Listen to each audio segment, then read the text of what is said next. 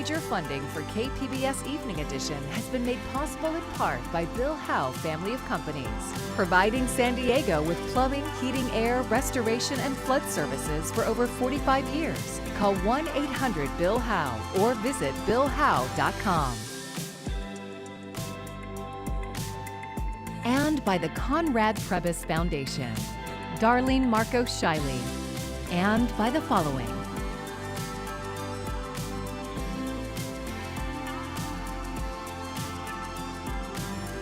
And by viewers like you.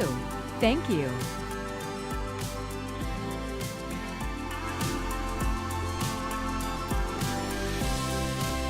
Worshippers are returning to pray inside the Islamic Center of San Diego for the first time since this week's deadly attack.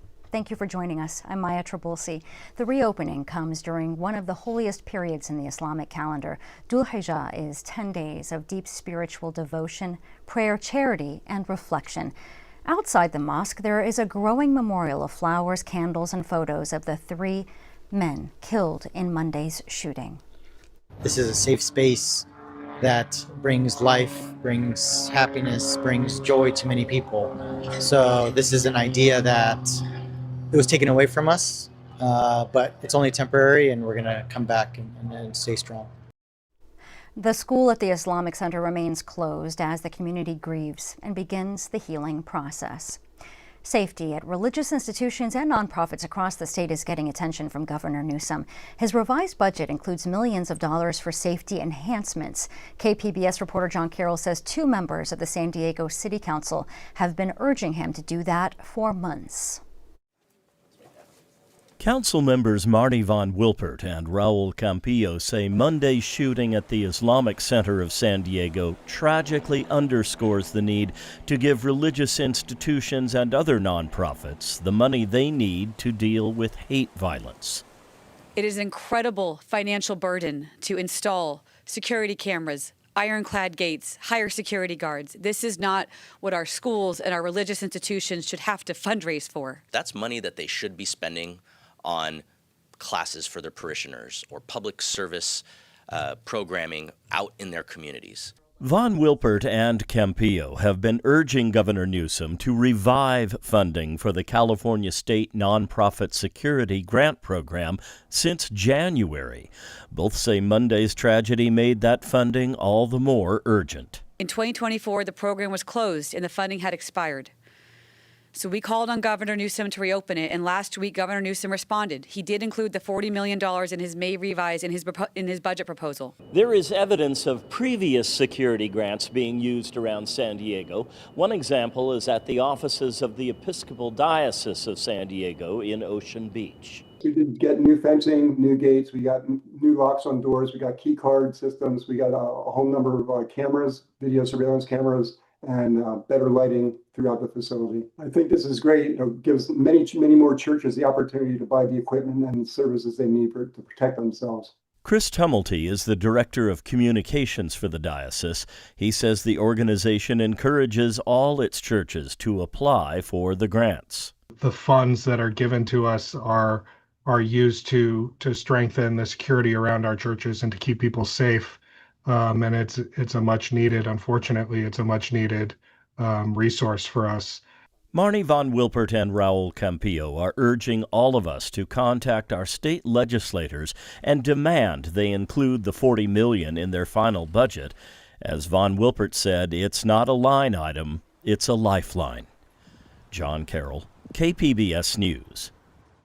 As the Islamic Center of San Diego reopens, survivors and families of the victims of Monday's deadly shooting there now face another difficult reality: the emotional trauma left behind. KPBS reporter Heidi DeMarco has more on how grief and PTSD can surface in the days and weeks after a tragedy.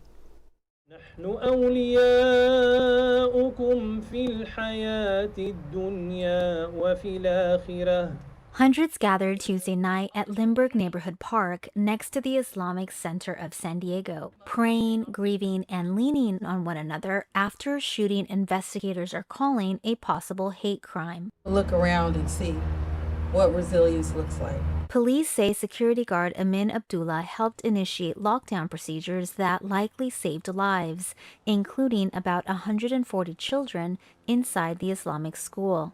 His daughter, Hawa Abdullah, said he sometimes skipped meals or avoided breaks, fearing something could happen while he was away. I hope this moment we can all come together and to be kind to one another and to remember who he truly was. Research shows trauma can surface in ways people may not immediately recognize. Survivors may experience anxiety, trouble sleeping, emotional numbness, or physical symptoms like headaches and exhaustion. Children can also show symptoms differently through clinginess, behavioral changes, nightmares, or fear of returning to familiar places.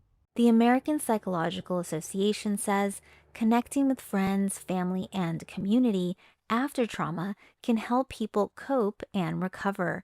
The association encourages those affected to lean on support systems rather than isolate. Sometimes things that happen to you either can make you or break you. I believe it will make us. Sheikh Abdul Halil Mezguri is one of the Islamic Center's imams. He says staying connected may be one of the most important steps forward. Please don't be intimidated, don't be scared. Come to the mosque. That is your place. And especially in this time when we need to be together. The Islamic Center reopened Wednesday. Faith leaders encourage worshipers to return together, despite the fear and heartbreak left behind. Heidi DeMarco, KPBS News. Tragedies like this week's shooting can be especially difficult for children to process. Coming up, we get expert advice on how to talk to kids about such events. Well, we have some cool air across the interior, at least at night, but we got another warm day ahead of us on Thursday. While we'll see some of those coastal clouds return late tonight, that marine layer, sometimes we call it May gray. Another big factor is the smoke from the ongoing wildfires off to our north. And you can see we're going to be dealing with at least light smoke through the night. And you may notice a little bit of haze in the sky early tomorrow as well. Details on all this ahead. Yet another sign that we are firmly in peak fire season. Crews are fighting a vegetation fire that broke out in Bonsall today. The Morrow fire was reported around 1 o'clock this afternoon on Morrow Hills Road. Evacuations for structures in the area were ordered briefly but have since been lifted. It burned 2 acres before crews halted the spread. No damage or injuries have been reported. Meanwhile, residents who were told to flee amid a fast-moving wildfire near Golden Acorn Casino returned to their homes today. Crews worked to contain the smoldering remnants of the Tussle fire in Boulevard. The fire broke out around 1 p.m. yesterday, burning about 1,000 acres just north of Interstate 8, forcing evacuations. As of 11 o'clock a.m. today, residents were told they can return to their homes. The cause of the fire is still being investigated. San Diegans could see free parking at Balboa Park by January and lower trash fees by the middle of next year. City leaders say they reached a legal settlement today. A group of homeowners who sued the city argued that the new fees were illegal under California law. The City Council unanimously approved the settlement in closed session today. A vote in open session to adopt the agreement is expected to take place in June. San Diego City Council member Stephen Whitburn says the trash fee will drop from $55 a month to $38.75. San Diegans could rejoice in the fact that Balboa Park paid parking will come to an end and the city's trash fees will drop significantly. This is what we can do when we work together for the good of our city. The agreement also ends an attempt to challenge the new fees on the November ballot. Officials say the measure could have cost the city $140 million. Whitburn says if trash fees were reduced immediately, the city would have had to consider increasing fees elsewhere. San Diego County residents this fall will vote on a package of proposed changes to the county charter. The changes will include a provision that would allow members of the Board of Supervisors to serve up to 3 terms of 4 years rather than the current limit of 2. The package will not contain term limits for the sheriff, district attorney, and other county elected officials who currently have none. The board voted 3-2 today to put the measure on the November ballot.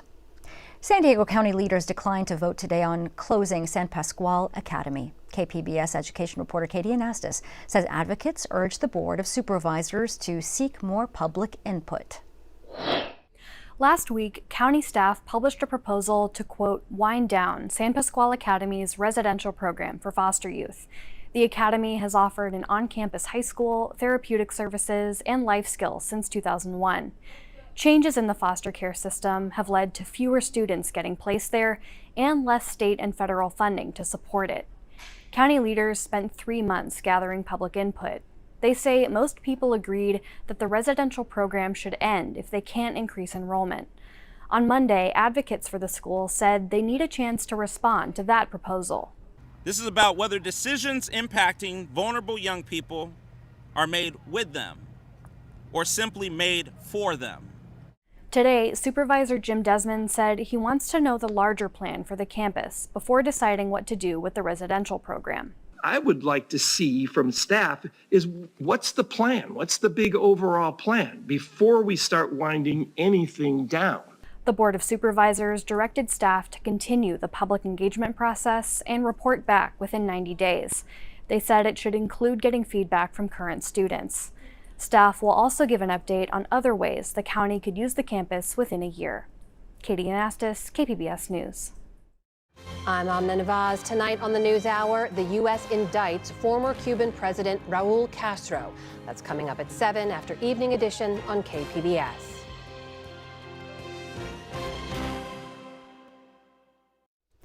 Concern is escalating over the growing Ebola outbreak in the Democratic Republic of Congo. At least one American tested positive in the DRC and is being treated in Germany. Brian Abel has the latest efforts in the uphill battle to contain the virus. The spread of a particular strain of the Ebola virus with no vaccine to fight it is threatening to explode. The World Health Organization says there are more than 50 confirmed infections and nearly 600 suspected cases, with close to 140 deaths suspected to be the result of the Bundibugyo strain that's spreading in the DRC and Uganda. And the WHO believes the virus has been spreading for months. We're several weeks behind, and when the virus takes 2 to 21 days, to incubate, what it means is people have already been exposed, so we're going to continue to see more cases before it can get under control. At least one American infected, a U.S. doctor who'd been working in the DRC, is being treated in Berlin, health authorities say, while 6 high-risk contacts of that American are being moved to Europe for observation. The WHO, though noting global risk remains low, is concerned with the scale and speed of this Ebola outbreak, declaring a public health emergency requiring an international response, listing 5 reasons: the early spread, cases in several urban areas, healthcare worker deaths, area population movement, and the virus strain with no vaccine or treatments. About 17 tons of lab equipment and personnel are being dispatched from the WHO, Africa CDC, and the Congolese government. The U.S. also coordinating shipment of an experimental treatment to the region for potential use in Americans, according to U.S. Health and Human Services. While the World Health Organization says it could take 6 to 9 months to develop a vaccine specific to this strain of Ebola. Brian Abel, KPBS News. The target of Monday's mass shooting was not only at the largest mosque in San Diego, but also home to a school for pre-K to 3rd grade students. KPBS Penner Fellow Emmy Burris has more on how parents can address the news with young children.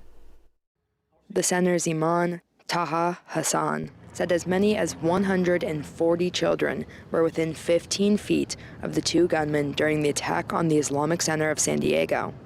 The center also serves as a school for pre-K through 3rd graders with Bright Horizon Academy. And Kavod Charter School is just down the road.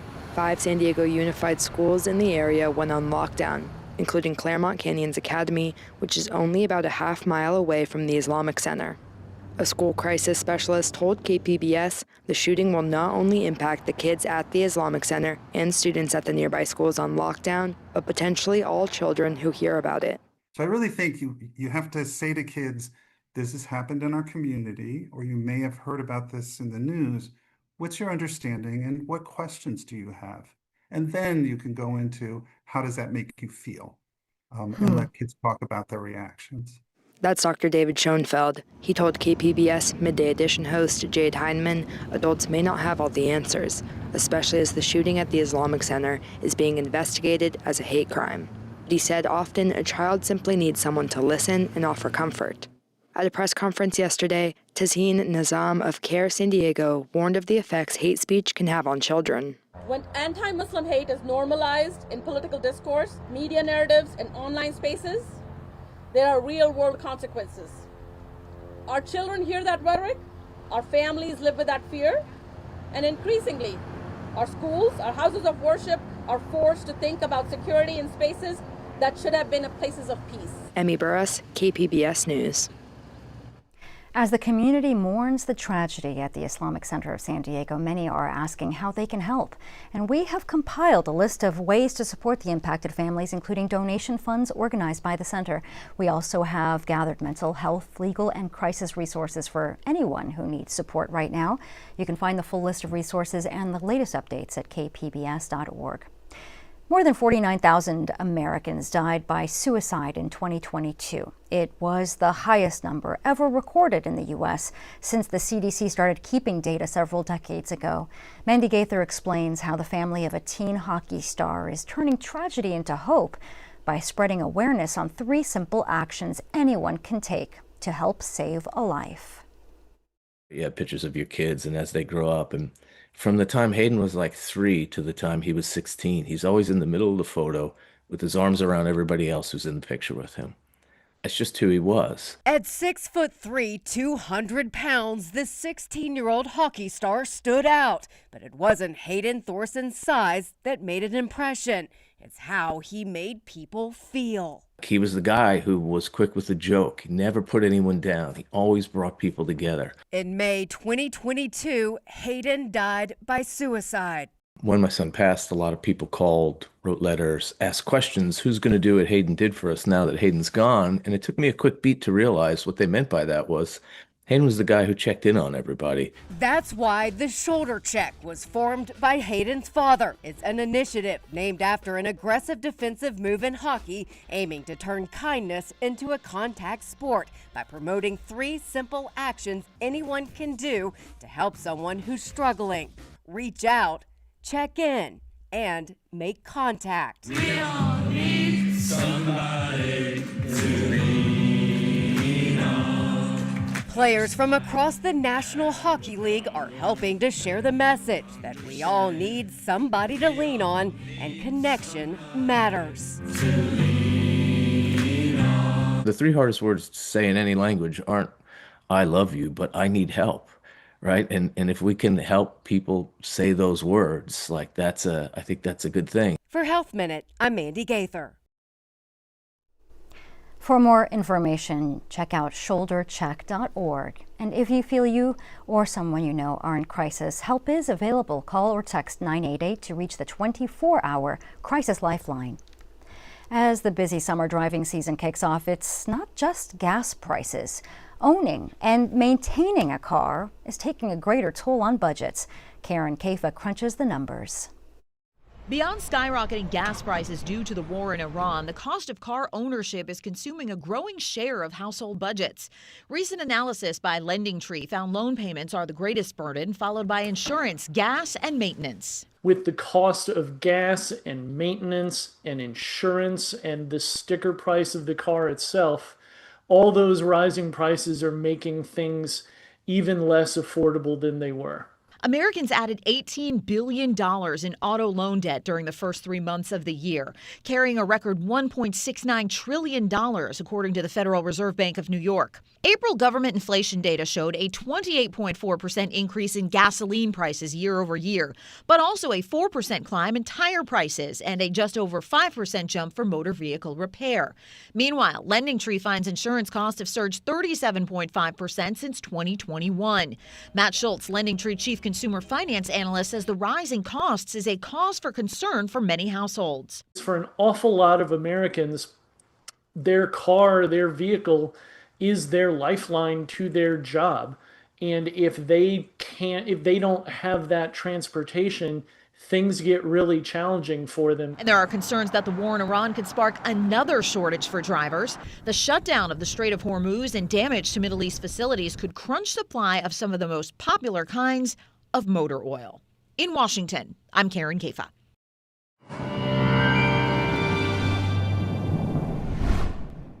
We got another warm one coming up for the interior Thursday. We talked about a little bit of an escalation and then a cool down to follow. Warmth continues inland through Thursday. There will be some relief from the heat as we do step down then this weekend in most areas. And by the way, the smoke is still a problem as we're tracking some more fires and smoke production, especially to our north, even offshore out there on the islands.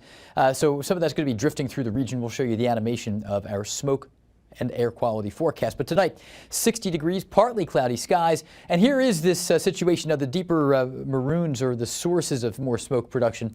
And you're going to see that we just remain in this area with light smoke across the region. An onshore breeze funneling some of this in as it kind of moves south and then eastward into far southern California, including the area of San Diego County. We're still steamy in the deserts for Thursday. A warm, dry setup for us. Comfortable for the coast, though. 75 up in Oceanside, 72s in San Diego and Chula Vista. Little smoke in the sky, still a little hazy. 96 in Borrego Springs, so we got some heat out there. And into Friday, the heat still present across much of the west, but we're not going to notice a big change until the weekend. A little cooler, actually, for us. I know that we're highlighting warmth for the Great Basin and most of the west at large, but we are trimming the heat away from us in Southern California a bit this weekend. Even in the deserts, you're going to notice a little bit of cooling. Now for the coast, we're going from 75 Thursday back to 70 on Saturday, 72 Sunday. Intermittent clouds, partly sunny, generally pleasant.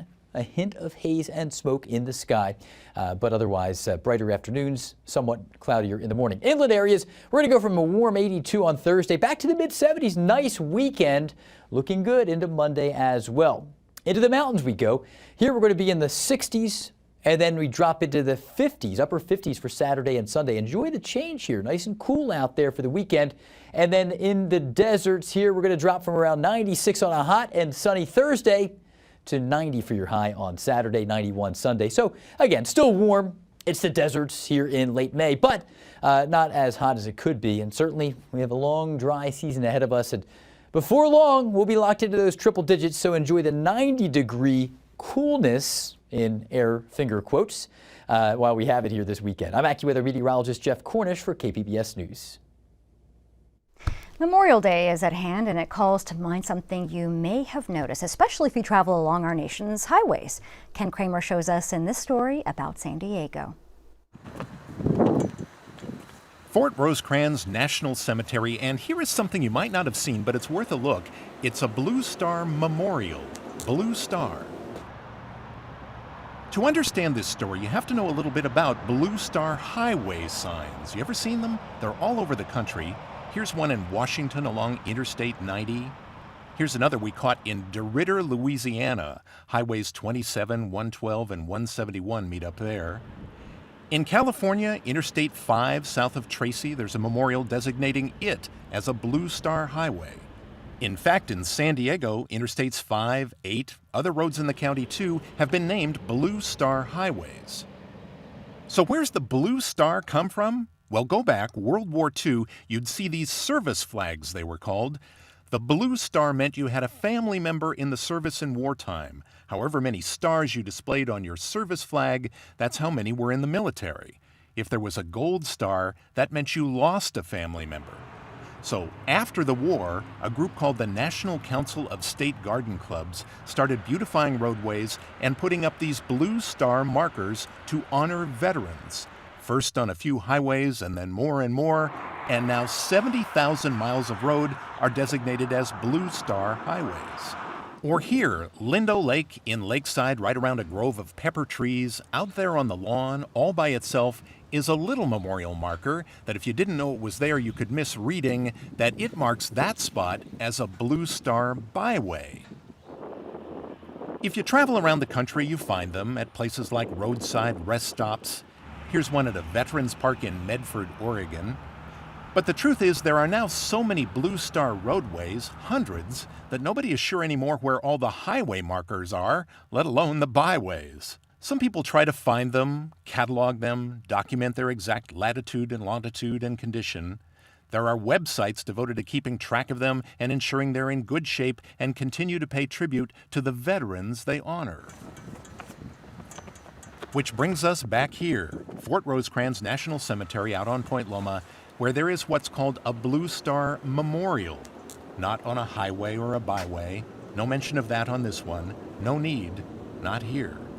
This Blue Star monument stands alone as a tribute to veterans and something well worth noting about San Diego. Ken Kramer has a half-hour stories every week about San Diego. You can see them Thursday nights at 8 o'clock here on KPBS. And you can find our stories from tonight on our website, kpbs.org. Thanks for joining us. I'm Maya Trabulsi. Have a great evening. Major funding for KPBS Evening Edition has been made possible in part by Bill Howe Family of Companies, providing San Diego with plumbing, heating, air, restoration, and flood services for over 45 years. Call 1-800-BILL-HOWE or visit billhowe.com. And by the Conrad Prebys Foundation, Darlene Marcos Shiley, and by the following: